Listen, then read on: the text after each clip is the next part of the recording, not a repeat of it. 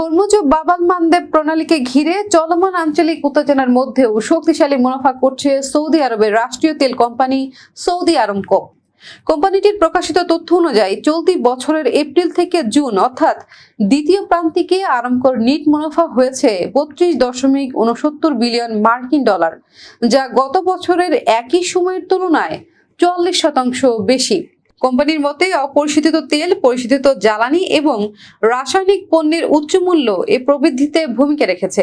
অন্যদিকে সরকারি পরিসংখ্যান অনুযায়ী একই সময়ে সৌদি আরবের তেল খাতের কার্যক্রম কমেছে 24.7%। এর প্রভাবে দেশটির প্রকৃত মোট দেশজ উৎপাদন বা জিডিপি কমেছে 4.8%। বিশ্লেষকদের মতে হরমুজ ও বাব আল মানদেবের প্রণালীকে ঘিরে চলমান উত্তেজনা বৈশ্বিক জ্বালানি সরবরাহ ব্যবস্থার উপর চাপ তৈরি করছে। তবে এই পরিস্থিতির মধ্যেও সৌদি আরামকোর এই মুনাফা আন্তর্জাতিক জ্বালানি বাজারে কোম্পানিটির শক্তিশালী অবস্থানের ইঙ্গিত দিচ্ছে।